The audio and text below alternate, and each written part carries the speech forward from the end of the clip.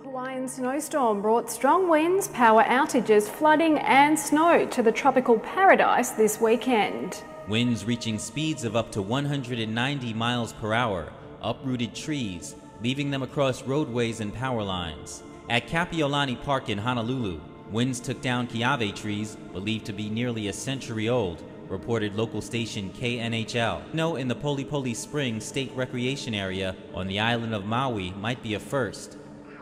Sam Lemo, administrator of Hawaii's Department of Land and Natural Resources, said that, quote, "We rarely, if ever, have seen the combination of record-high onshore waves coupled with gale-force winds." A dangerous winter storm swept through Hawaii, bringing down trees and power lines, which caused blackouts. Lifeguards scrambled to keep people safe from giant waves, which crashed over walls and onto roads. One of the hardest hit areas as far as coastal flooding is concerned is here at Haleiwa, where ocean water spilled over onto the roadway. In some places it was almost a foot deep earlier, but the swell here, nothing compared to further down the road on the North Shore near Sharks Cove. North Shore lifeguard Brian Phillips keeps a watchful eye on Sharks Cove. This wave event is on another level, super dangerous. The waves are washing over the roads in multiple places. It's a weather event and a wave event that people have never seen in some of their lifetimes. Yeah, and then I also have video of you down there on the rocks. You can look at that guy right there. I mean, hey! But even during our brief interview, I'll go down with you. Brian's focus was on safety. We spotted a young man on the rocks trying to get that perfect picture. If people don't listen, right? Nobody listens. Yeah, just stay back behind caution tape and heed our warnings. We'd appreciate that. Thank you. Over at Waimea Bay, I would love to see a huge swell. I would love to see a 60-foot wave. I've been out here about 7 times, 8 times, and this is probably the biggest I've seen it. another beach closure forced sightseers to watch from the highway. We came out here to see the big waves because I just love weather, just love the weather. And I live in New Hampshire, so this is a big difference for New Hampshire, no snow. It was just a little past noon when intense winds began changing things on the North Shore. Well, I've never seen anything like this. I live in Oregon, and we don't have anything like this. It's wonderful. Some of the worst conditions along Sunset Beach. We have wind in West Virginia that's a lot colder, but this is awesome. We don't have this view and this much wind. It's just once in a lifetime right here. Brent Williamson says looking out at the ocean is a reminder of just how powerful Mother Nature can be.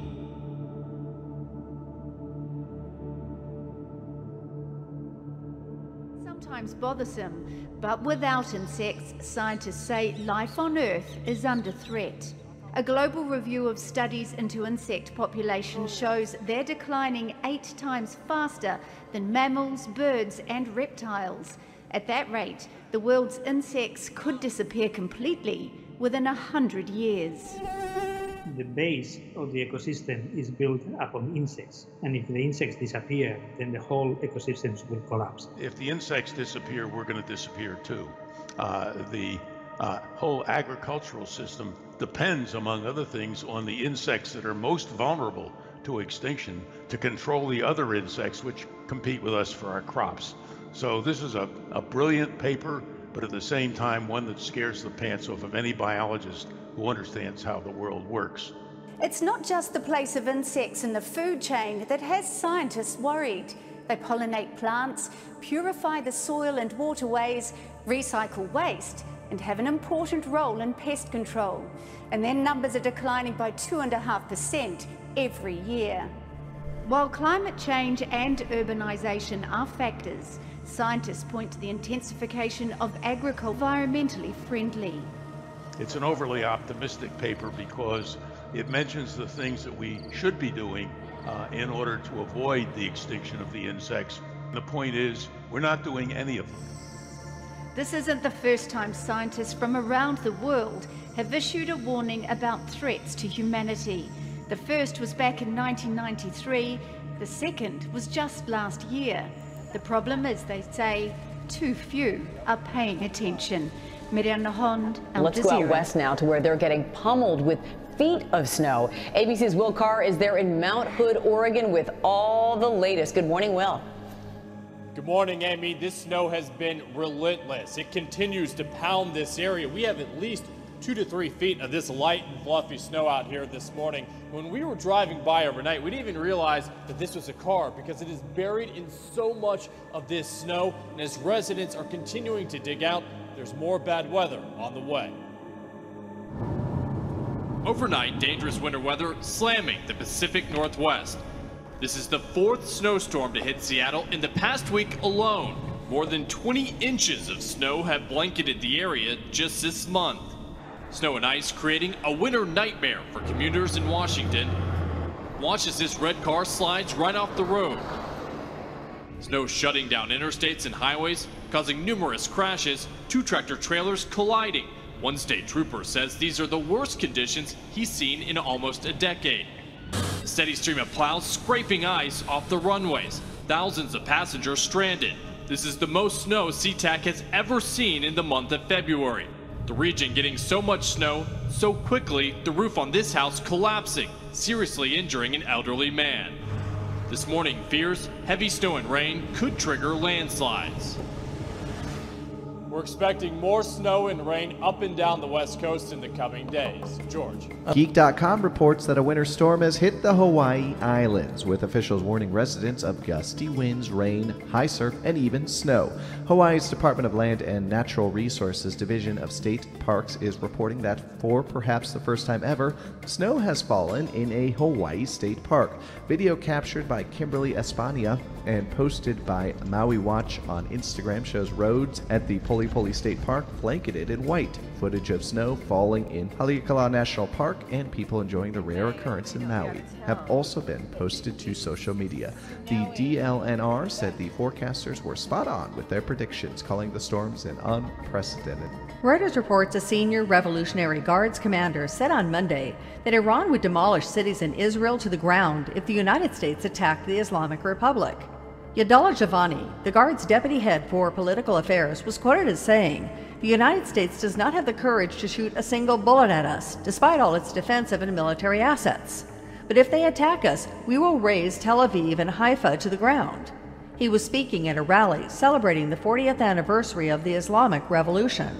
Reuters reports North Korea has continued to produce bomb fuel while in denuclearization talks with the United States, and may have produced enough in the past year to add as many as 7 nuclear weapons to its arsenal. This is according to a study released just weeks before a planned second summit between the North Korean leader and U.S. President Donald Trump. However, the country's freeze on nuclear and missile testing since 2017 means that North Korea's weapons program probably poses less of a threat than it did at the end of last year. 300 Filipinos, mostly children, have been infected with measles from January 1st to February 9th this year. Health authorities said February 11th the cases included 70 confirmed deaths. Last week, the health department announced a measles outbreak in Metro Manila and parts of Luzon and Central and Eastern Visayas. Most of the cases were recorded in the national capital region, followed by Calabarzon warned a possible measles outbreak due to the low turnout rate in previous immunization campaigns. Parents have been reluctant to have their children vaccinated amid the dengue vaccine mess. President Rodrigo Duterte will reportedly take part in an upcoming information drive aimed at gaining back the Filipino parents' confidence in the government's immunization. Pakistan is facing nationwide fuel shortages, and it's affecting all sectors of the economy, from major industries to consumers. Kamal Haider has this report from Islamabad.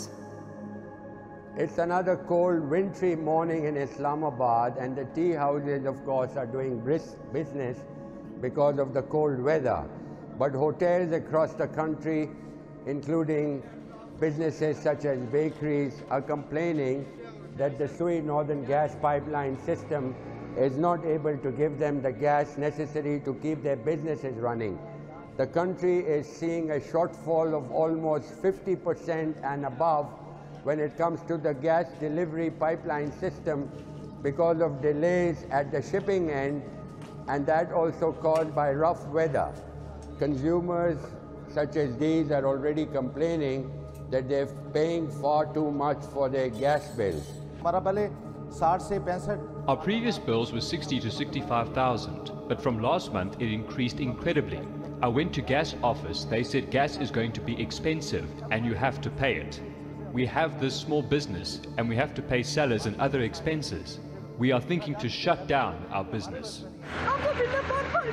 We are fed up of paying bills. We are not able to give education to our children. We are paying electricity bills or gas bills. This is just tormenting us. We've come here at the gas office, but no one's listening to us. This is indeed a serious crisis for a country which is already cash-strapped. The Pakistani rupee is losing its value, and it seems the people here across the country are now also losing their patience. A seemingly endless petrol queue in San Cristobal, one of dozens that goes on and on.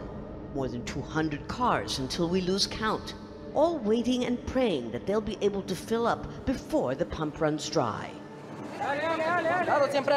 People sleep in their vehicles, like Luis Hevia, who's been in the queue for 3 days. Look, here we are suffering. We haven't eaten. We smell like monkeys and all these people jumping the queue. How do they expect this country to function? We need support. In the country with the world's largest oil reserves, scarcity of petrol isn't new, especially here in Táchira, which shares a border with neighboring Colombia. This has been happening for at least 3 years, but every day it's worse. The list of reasons is long. With hyperinflation surpassing 1,000,000%, petrol is practically free. This bill is worthless, and if people don't have change, they don't have to pay at all. And this has been feeding a widespread smuggling racket. Vehicles like this one have not one but 2 fuel tanks that can hold more than 200 liters of the world's cheapest petrol, much of which makes its way across the border into Colombia. It is a black market, a lucrative business that's controlled by Colombian paramilitary and left-wing guerrilla groups. But it's an open secret that it would be impossible without the participation of Venezuela's armed forces and police, who are supposed to patrol the border. Freddy the border. Because the price difference between Colombia and Venezuela is too large. Here, 20 liters cost 20 bolívares. You cross the border, and that same container costs 1 million. The profit is extraordinary, unimaginable for these mafias. He says authorities are cracking down on corrupt officials, although locals insist it hasn't made a dent. 6 months ago, President Nicolás Maduro had promised to raise prices to make smuggling less attractive, but still hasn't done so.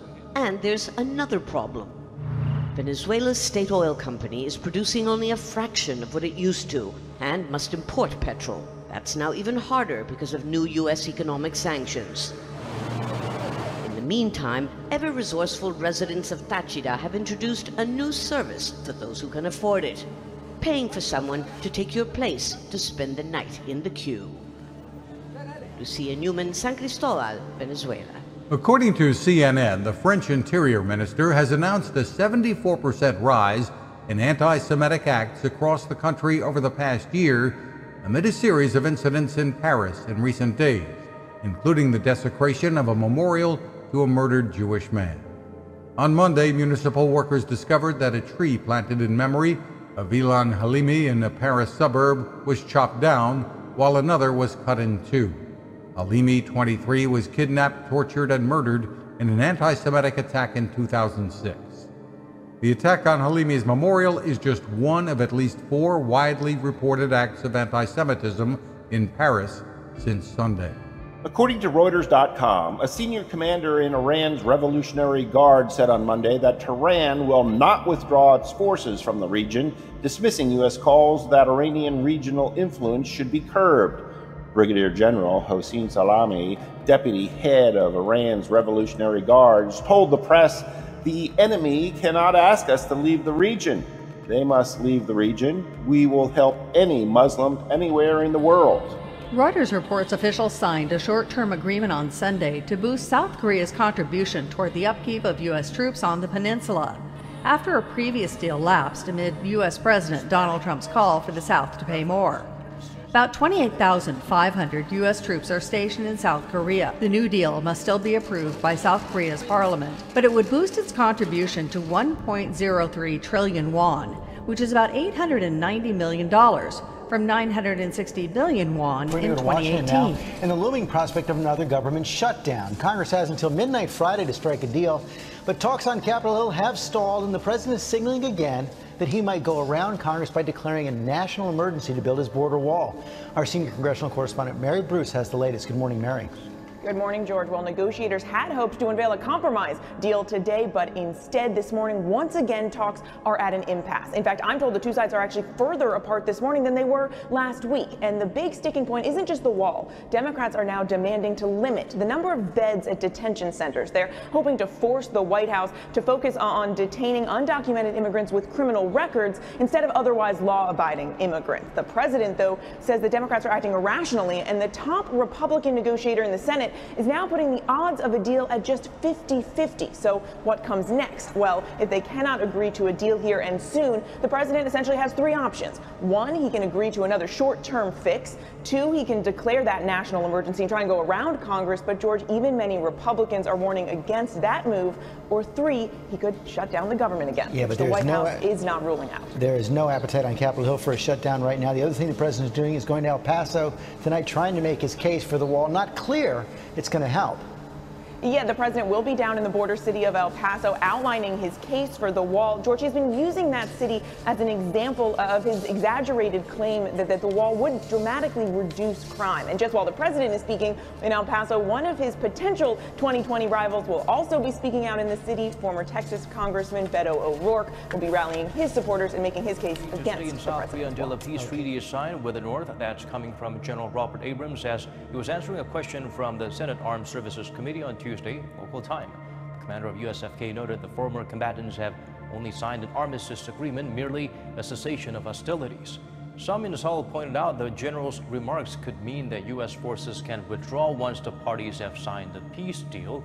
Responding to such concerns, South Korea's defense ministry pointed out on Wednesday that the allies share a firm understanding of the role and the importance of Washington's troops in maintaining peace and stability on the peninsula and in Northeast Asia, and that their presence is a matter of the two countries' alliance, not whether or not a peace treaty. The World War II veteran who turned 100 today, and his wish. Corporal Sidney Walton enlisted on March 4th, 1941, 9 months before Pearl Harbor. He served in the U.S. Army 34th Infantry, 8th Division. That's him at the top. He served during the entire war, returned home, and raised a family. Today, Sidney turned 100. He's visiting all 50 states, hoping Americans might want to meet a World War II veteran. We sure did. Armed with a photo from his early days in the Army. Who's this handsome devil? Me. I figured as much. We asked Sidney about turning 100. He told us he wants another 100 more. What does turning 100 mean for you? Very good question. Well, like another 100 years to go by. Another 100 years to go? On his birthday, he was honored right here in the city where he was born. Raised in Brooklyn, moved to the South Bronx, the New York City Department of Veterans Services helping him celebrate. Meeting veterans, he told Sidney, thank you. It's shake someone's hand like his. Veteran Tommy Lloyd, a U.S. Army specialist. To have a man at Sidney's caliber, Mr. Walton, we stood on his shoulders. And before he left, we had a small token of thanks. We're going to send you home with this because you are made in America. You are what America is. You're right. I know I'm right on that one. Congratulations. Thank you for your service. Thank you. Happy birthday. Thank you.